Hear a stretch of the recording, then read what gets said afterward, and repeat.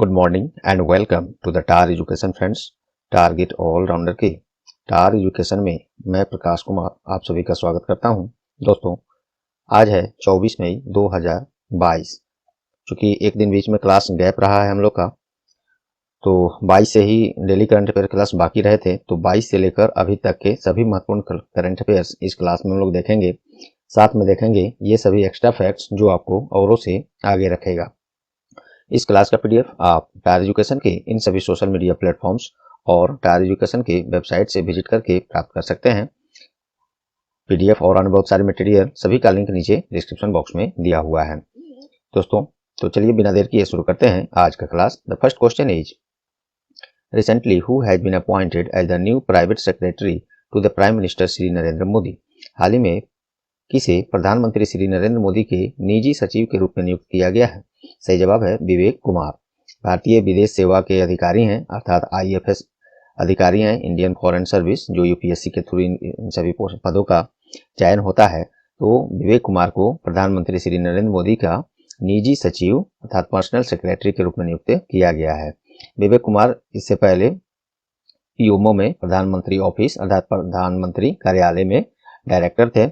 और इनके ये तो रही इनसे संबंधित बातें। अभी चलिए हम आपको एक्स्ट्रा में कुछ काफी महत्वपूर्ण एक चीज मैं बताता हूँ। ये तो सेक्रेटरी की जैसे बात हुई है इस प्रश्न में, तो हम लोग कुछ उसी तरह के महत्वपूर्ण सचिवों के बारे में चर्चा कर लेते हैं जो अक्सर एग्जाम्स में पूछे जाते हैं। वैसे तो सचिव हर डिपार्टमेंट हर मंत्रालय में होते हैं, लेकिन जो यहाँ पे मैं सूची दे रहा हूँ इनमें से अक्सर पूछे जाते हैं। चलिए देख लेते हैं। अभी कैबिनेट सचिव कौन है? राजीव गौबा है। अभी रक्षा सचिव कौन है? अजय कुमार है। और विदेश सचिव विनय मोहन क्वात्रा है। वित्त सचिव टीवी सोमनाथ है। गृह सचिव अजय कुमार भल्ला है। वित्त सचिव टीवी सोमनाथ है, ये 2 बार हो गया है। कृषि सचिव मनोज आहूजा है और स्वास्थ्य सचिव राजेश भूषण है। यहाँ पे एक चीज है, ये है अजय कुमार और यहाँ पे है अजय कुमार भल्ला। इन दोनों को ध्यान दीजिएगा। अजय कुमार जब रहे तो रक्षा सचिव, अजय कुमार भल्ला है तो ये दूसरे कोई हैं, ये रहे तो गृह सचिव। बाकी इसको स्क्रीनशॉट जरूर ले लीजिएगा। इतना ही में से जरूर ही सचिवों के बारे में ये काफी महत्वपूर्ण है सूची। ऐसे सचिव तो बहुत होते हैं, लेकिन ये महत्वपूर्ण है आपके लिए। तो ये रहे एक्स्ट्रा फैक्ट। आइए अब ऑप्शन से हम लोग हाल फिलहाल के इसी प्रश्न पर आधारित कुछ नई नियुक्तियां के बारे में चर्चा करते हैं जो आपके आगामी परीक्षाओं के लिए काफी महत्वपूर्ण होंगे। ध्यान से सुनिए। डॉक्टर सुमन बेरी, इनको हाल ही में नीति आयोग के उपाध्यक्ष नियुक्त किया गया है, अर्थात vice president of NITI Aayog has been appointed as doctor Suman Beri. NITI Aayog के नए उपाध्यक्ष डॉक्टर सुमन बेरी को बनाया गया है। नीति आयोग का फुल फॉर्म क्या होता है? National institution for transforming India.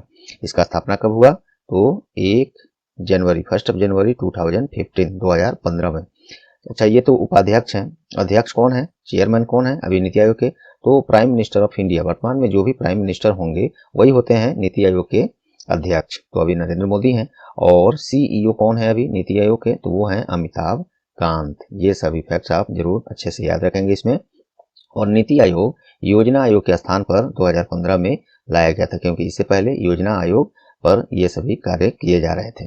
चलिए अगला देखते हैं। डॉक्टर मनोज सोनी, इनको हाल ही में यूपीएससी के नए अध्यक्ष के रूप में नियुक्त किया गया है।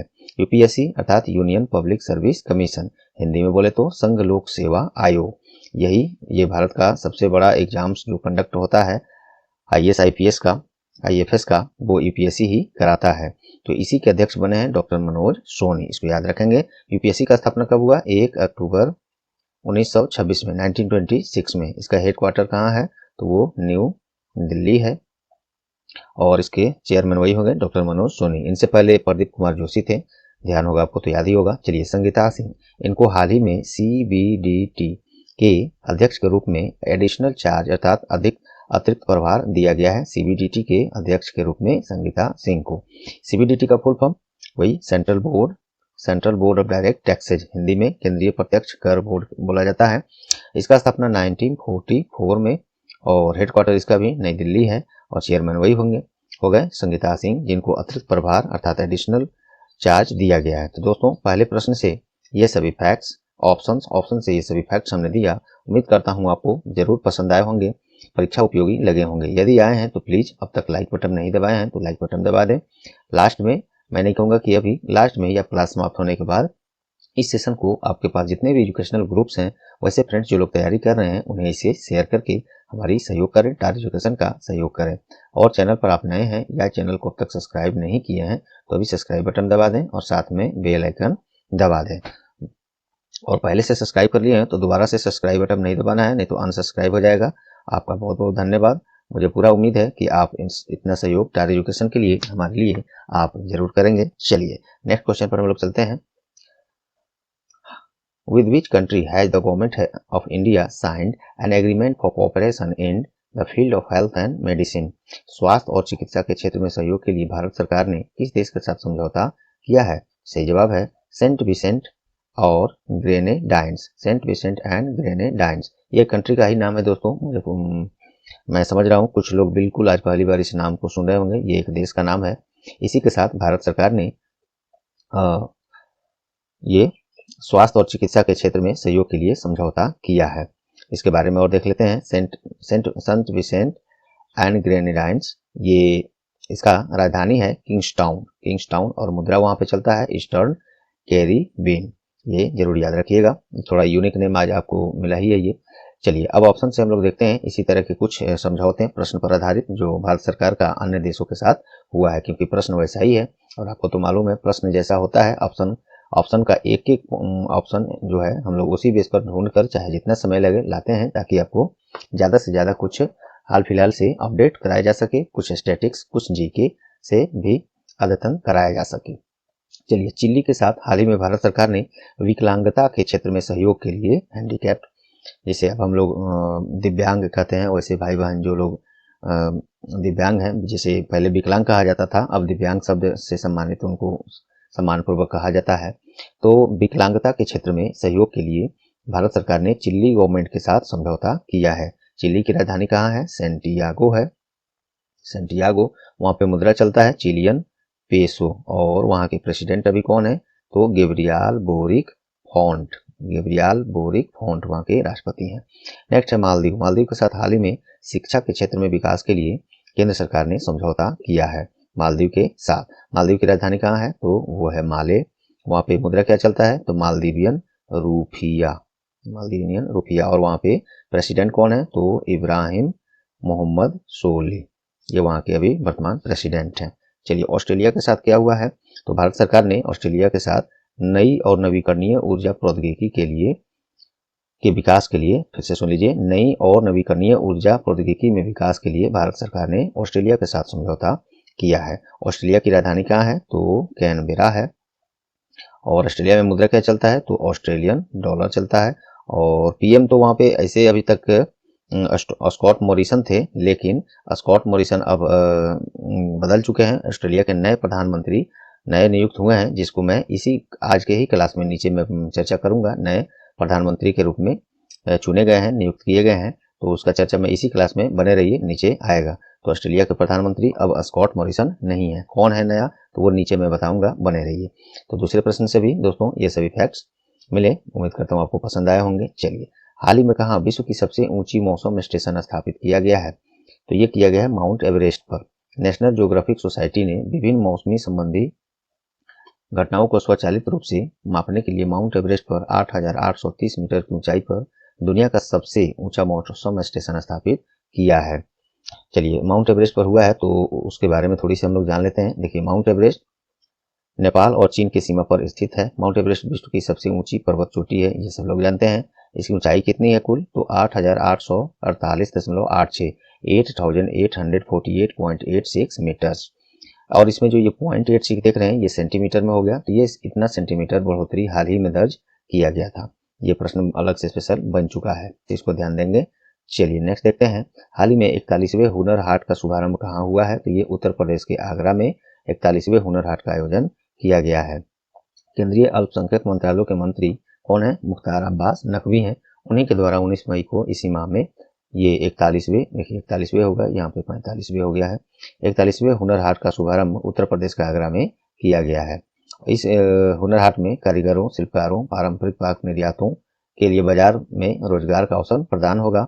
और ये 12 दिन तक चलने वाला 41वें हुनर हाट में 32 राज्यों और केंद्र शासित प्रदेशों के 800 से अधिक कारीगर, शिल्पकार, अन्य लोग इसमें शामिल होंगे। चलिए नेक्स्ट है।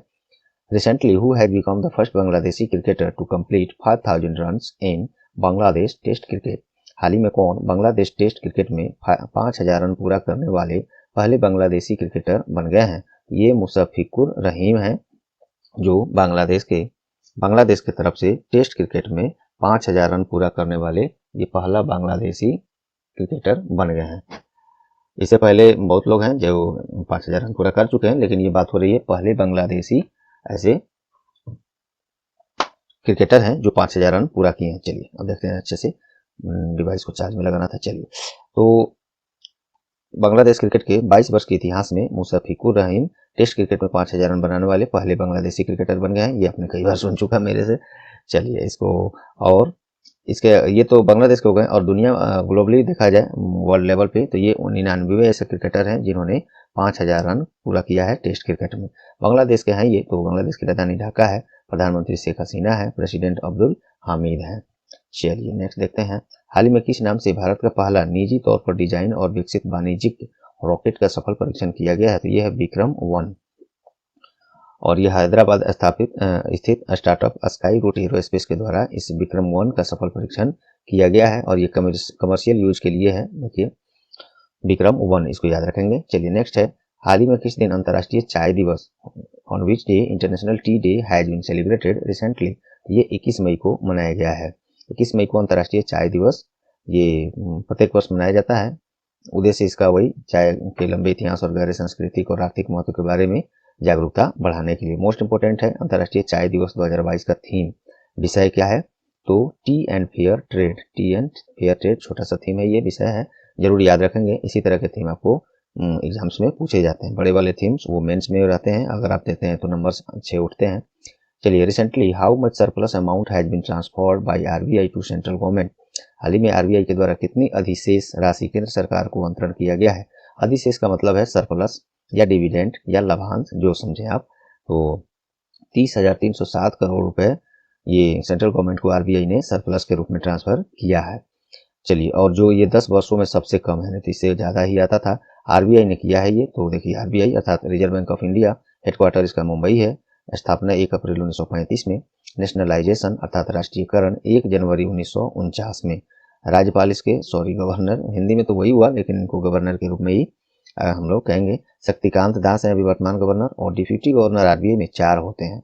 कौन कौन है? तो महेश कुमार जैन, माइकल देवपात्रा, एम राजेश्वर राय और टी रवि शंकर। नेक्स्ट देखते हैं, हाल ही में किस भारतीय चेस ग्रैंड मास्टर ने वर्ल्ड चैंपियन मैग्नस कार्लसन को हराया है? तो आर प्रज्ञानंदा, जाने माने 16 वर्षीय भारतीय चेस ग्रैंड मास्टर, इनका पूरा नाम रमेश बाबू प्रज्ञानंदा है। 2022 में ये दूसरी बार विश्व के नंबर 1 जो चैंपियन है, वर्ल्ड चैंपियन है, मैग्नस कार्लसन, इनको दूसरी बार हरा चुके हैं इस वर्ष 2022 में। चलिए नेक्स्ट देखते हैं, हाल ही में किस दिन आतंकवाद विरोधी दिवस मनाया गया है? अर्थात anti terrorism day has been celebrated recently, on which day? तो 21 मई। हर साल 21 मई को आतंकवाद विरोधी दिवस मनाया जाता है, और यह दिवस तब आया जब 21 मई 1991 को भारत के पूर्व प्रधानमंत्री राजीव गांधी और तमिलनाडु के एक अभियान के दौरान उनकी हत्या कर दी गई थी। वो एक आत्मघाती बम विस्फोट था, जिसमें प्रधानमंत्री राजीव गांधी के साथ साथ 14 अन्य लोग भी मारे गए थे। और राजीव गांधी जो हैं भारत में सबसे कम उम्र के प्रधानमंत्री थे, जो 40 वर्ष की उम्र में ही शपथ लिए थे। चलिए, इन्हीं के पर एंटी टेररिज्म डे ये मनाया जाता है। चलिए, हाल ही में किसी पेटीएम के प्रबंध निदेशक और कार्यकारी अधिकारी अर्थात एमडी एंड सीईओ के रूप में पुनः नियुक्त किया गया है? तो विजय शेखर शर्मा, पेटीएम इन्हीं का है, फाउंडर यही है इसके। इन्हीं को अब एमडी एंड सीईओ पुनः 5 वर्ष के लिए नियुक्त कर लिया गया है। पेटीएम की पेरेंट कंपनी ये 197 कम्युनिकेशन की पेरेंट कंपनी है। पेटीएम के फाउंडर वही हैं जिनकी चर्चा भी हम लोगों ने किया, विजय शेखर शर्मा। स्थापना 2009 में हुई थी, हेडक्वार्टर उत्तर प्रदेश के नोएडा में है। नेक्स्ट है, हाल ही में सऊदी अरब के द्वारा किस भारतीय ट्रेवल एजेंसी के साथ समझौता किया गया है? तो ये अपने यहाँ का ईज माई ट्रिप जो है, इसके साथ सऊदी अरब का पर्यटन विभाग ने समझौता किया है पर्यटन के क्षेत्र में विकास के लिए। सऊदी अरब की राजधानी रियाद है, मुद्रा वहाँ पे सऊदी रियाल चलता है। ईज माई ट्रिप के बारे में भी जान लीजिए, जब प्रश्न में आया है तो हो सकता है कभी पूछ लिया जाए। और इसका फाउंडिंग ईयर है 2008 में, मुख्यालय इसका नई दिल्ली है, सीईओ निशांत पित्ती हैं। चलिए नेक्स्ट है, how much amount of foreign direct investment FDI has India received in the financial year 2001-22? हाल ही में वित्त वर्ष 2021-22 में भारत ने कितनी राशि विदेशी प्रत्यक्ष निवेश फॉरेन डायरेक्ट इन्वेस्टमेंट अर्थात FDI प्राप्त किया है, तो 83.57 बिलियन ये प्राप्त किया है वित्त वर्ष 21-22 में, जो अब तक का सबसे उच्चतम है। कहने का क्या मतलब है, भारत में सबसे ज्यादा निवेश इस बार इस वर्ष में आया हुआ है, टोटल 83.57 बिलियन अमेरिकी डॉलर के साथ। और इसमें सबसे ज्यादा निवेश किस देश से आया है हमारे यहाँ, तो सिंगापुर से 27%, USA 18% और मॉरिशस 16%। चलिए, तो ये रहा डेटा, अच्छी खासी ये डेटा है, इसको जरूर ध्यान में रखेंगे, प्रश्न को भी याद रखेंगे। नेक्स्ट है, हाल ही में किसे ऑस्ट्रेलिया के नए प्रधानमंत्री के रूप में चुना गया है, तो मैंने ऊपर बताया था आपको, वहाँ पे स्कॉट मॉरिसन हम लोग देख रहे थे, जो कि अब नहीं है, वो अब तक थे लेकिन अब नए प्रधानमंत्री बन गए हैं, ऑस्ट्रेलिया के चुने गए हैं, HE एंथनी अल्बनीज। अच्छा से इसको याद रखिएगा। चलिए, ऑस्ट्रेलिया की राजधानी कैनबरा है, मुद्रा वहाँ पे ऑस्ट्रेलियन डॉलर चलता है, और प्रधानमंत्री HE एंथनी ये अल्बनीज ये हो गए, इसको मैं सुधार दूंगा फिर। चलिए, नेक्स्ट है, recently famous lyricist, veteran journalist and activist Abdul Gaffar Chowdhury has passed away. He is related to which country?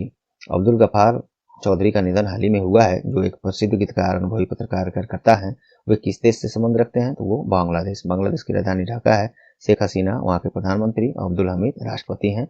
Next है, हाल ही में राजा राम मोहन राय की कौन सी जयंती मनाई गई है, तो 250वीं जयंती राजा राम मोहन राय की मनाई गई है। इनका जन्म 22 मई 1772 में और देहांत 17 सितंबर 1833 को हुआ था, और ये एक भारतीय समाज सुधारक थे, जो ब्रह्म समाज का संस्थापकों में से एक थे। इन्हीं को माना ही जाता है। वैसे आप प्रश्न देखते ही होंगे, ब्रह्म समाज के संस्थापक कौन थे, तो ये राजा राम मोहन राय आप लोग पढ़ते ही हैं, 1828 में। चलिए, उन्हें मुगल सम्राट अकबर द्वितीय द्वारा राजा की उपाधि दी गई थी। ये मोस्ट इंपोर्टेंट ये भी है, पूछा जा सकता है कि राजा राम मोहन राय को राजा की उपाधि किसने दी थी, तो मुगल सम्राट अकबर द्वितीय ने ये उपाधि उनको दिया था। नेक्स्ट है, हाल ही में दिग्गज IT कंपनी इंफोसिस ने किसे अपना प्रबंध निदेशक और कार्यकारी अधिकारी बनाया है, नियुक्त किया है पुनः। इंफोसिस के MD and CEO Salil Parekh बनाए गए हैं, पुनः बना लिए गए हैं। चलिए, और अगले 5 वर्ष तक यही रहेंगे। इंफोसिस के बारे में देख लेते हैं। इंफोसिस फाउंडिंग ईयर इसका 1981 है, 2 जुलाई को, और इसका मुख्यालय कर्नाटक के बेंगलुरु में है। चेयरमैन नंदन नीलेकनी है, और ये MD and CEO Salil Parekh हो गए। चलिए, on which day International Day of Biological Diversity has been observed recently, हाल ही में किस दिन जैविक विविधता के लिए अंतर्राष्ट्रीय दिवस मनाया गया, तो ये 22 मई को मनाया गया है। जो इस बात पर प्रकाश डालता है कि जैव विविधता कई सतत विकास चुनौतियों का एक जवाब है।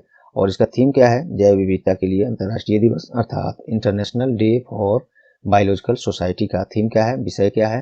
तो वैसे तो हिंदी मैंने कर दिया है, लेकिन इंग्लिश में आप याद रखिएगा, हिंदी पढ़ देता हूँ। सभी के जीवन के लिए एक साझा भविष्य का निर्माण, इंग्लिश में है building a shared future for all life. Next है, हाल ही में किस राज्य सरकार के द्वारा ऊर्जा के से संबंधित शिकायतों के निपटान के लिए संभव पोर्टल लॉन्च किया गया थी। उत्तर प्रदेश सरकार बिजली संबंधी ऊर्जा संबंधित सभी शिकायतों का निवारण के लिए संभव पोर्टल लॉन्च किया है। उत्तर प्रदेश की राजधानी लखनऊ है, मुख्यमंत्री योगी आदित्यनाथ और राज्यपाल आनंदीबेन पटेल हैं। नेक्स्ट है, हाल ही में भारत और किस देश के नौसेनाओं के बीच चौथी समन्वित गश्ती कॉर्पेट का आयोजन किया गया है, तो बांग्लादेश और भारत के नौसेनाओं के बीच ये होता है कॉर्पेट ये जिसको समन्वित गश्ती कॉर्पेट नाम दिया गया है, इसका आयोजन किया गया है। चलिए, और कहाँ पे किया गया है, तो ये बंगाल की खाड़ी में, बंगाल की खाड़ी में भी उत्तर क्षेत्र में। चलिए, इंडियन नेवी, भारतीय नौसेना के बारे में जान लेते हैं। स्थापना इंडियन नेवी का 26 जनवरी 1950 में। नौसेना प्रमुख अभी R हरि कुमार हैं, और नौसेना दिवस 4 दिसंबर को मनाया जाता है। बांग्लादेश के बारे में कई बार ऊपर मैंने चर्चा भी कर दिया है, आप चाहें तो पुनः इसको रोक के पढ़ लीजिए या स्क्रीनशॉट ले लीजिए। अच्छा, जानकारी इतना दूर का है, कहीं कहीं आप शेयर कर सकते हैं। हाँ, लेकिन शेयर कीजिएगा तो नीचे में जरूर टार एजुकेशन का क्रेडिट दे दीजिएगा, ताकि हमारा भी उससे लाभ हो जाए। चलिए, in which country the Quad summit 2022 has been organised, हाल ही में क्वाड शिखर सम्मेलन 2022 का आयोजन किस देश में किया गया है, तो ये जापान में। प्रधानमंत्री नरेंद्र मोदी इसमें भाग भी लेंगे, पहुंच भी गए हैं। आज है 24 मई 2022, तो आज ही ये होना है। इसमें मोदी जी भी शामिल होंगे। कौन कौन देश शामिल होगा यही देख लीजिए, इंडिया, अमेरिका, जापान और ऑस्ट्रेलिया। अमेरिका के राष्ट्रपति जो बाइडेन भी आए हैं, जो भारतीय प्रधानमंत्री नरेंद्र मोदी से मिलेंगे भी द्विपक्षीय वार्ता में। जापान की राजधानी टोक्यो है, मुद्रा वहाँ पे जापानीज येन चलता है। प्रधानमंत्री फूमियो किशिदा, और वहाँ पे अभी राजा कौन है, नारुहितो। ये सभी आप याद रखेंगे। और ये क्वेश्चन महत्वपूर्ण है, क्वाड शिखर सम्मेलन 2022 जापान में हो रहा है। 4 देश इसमें आते हैं, इसीलिए क्वाड है, चतुर्भुज, चौमुखी, ये जो भी बोले आप बोल सकते हैं। चतुर्भुज सुरक्षा वार्ता समझिए, भारत, अमेरिका, जापान और ऑस्ट्रेलिया, काफी महत्वपूर्ण है, इसको रखिएगा याद। हाल ही में किस दिन विश्व मेट्रोलॉजी दिवस मनाया गया है? तो ये 20 मई को मनाया गया है विश्व मेट्रोलॉजी। मेट्रोलॉजी से आप समझते हैं ना, नापतोल, मीटर, नापतोल से संबंधित ये होता है। तो ये 20 मई को मनाया गया है और इसका थीम है, इस बार विषय है, ये देख लीजिए, डिजिटल युग में मेट्रोलॉजी, अर्थात इंग्लिश में metrology in the digital era, ये याद रखेंगे। नेक्स्ट है, recently who have been sworn in as the president of East Timor? पूर्वी तिमोर के राष्ट्रपति के रूप में किसने शपथ लिया है? तो जोस रामोस होर्टा, नोबेल विजेता और भी थे ये जोस रामोस होर्टा, ये पूर्वी तिमोर के राष्ट्रपति के रूप में शपथ ले लिया है। चलिए, पूर्वी तिमोर अर्थात ईस्ट तिमोर, इसका राजधानी दिल्ली है, दिल्ली अपना वाला नहीं, ये दूसरा है, दिल्ली, और मुद्रा वहाँ पे US डॉलर ही चलता है। नेक्स्ट है, who has recently won the Hockey India sub junior women's national championship title? हाल ही में किसने हॉकी इंडिया सब जूनियर महिला राष्ट्रीय चैंपियनशिप खिताब जीता है? ये हरियाणा ने जीता है, किसे? झारखंड को 2-0 से हराकर, और इसका आयोजन मणिपुर के इम्फाल में किया गया था। नेक्स्ट है, हाल ही में कहाँ विश्व आर्थिक मंच की वार्षिक बैठक का आयोजन किया गया है? ये स्विट्जरलैंड के दावोस में वर्ल्ड इकोनॉमिक फोरम का वार्षिक बैठक का आयोजन किया गया है, और इसमें भारतीय प्रतिनिधित्व कौन कर रहे हैं? वाणिज्य और उद्योग मंत्री कौन है? पीयूष गोयल जी कर रहे हैं इसका। चलिए, वर्ल्ड इकोनॉमिक फोरम, इसका स्थापना 24 जनवरी 1971 में, मुख्यालय इसका स्विट्जरलैंड के कोलोगनी में है, और एग्जीक्यूटिव चेयरमैन इसके क्लाउस श्वाब है। ये रहे इसके प्रश्न। नेक्स्ट देखते हैं, हाल ही में किसने स्पेनिश ग्रैंड प्रिक्स का खिताब जीता है? तो ये मैक्स वर्स्टापेन ने जीता है। रेडबुल के रेसिंग ड्राइवर है मैक्स वर्स्टापेन, इन्होंने मोनाको के चार्ल्स लेक्रे को हराकर यह स्पेनिश ग्रैंड प्रिक्स खिताब जीत लिया है। मैक्स वर्स्टापेन नीदरलैंड से रेडबुल के रेसिंग ड्राइवर है। नेक्स्ट है, question of the day, recently the government of India has signed an agreement with which country for cooperation in the field of fertiliser? हाल ही में भारत सरकार ने उर्वरक के क्षेत्र में सहयोग के लिए किस देश के साथ समझौता किया है? तो इसका सही जवाब पिछले क्लास में मैंने आपको बताया था, उम्मीद करता हूँ याद होगा, नहीं याद है तो पिछली क्लास देखें या गूगल सर्च कर लें और पुनः इसको याद भी करें और कमेंट में इसे लिख भी डालें।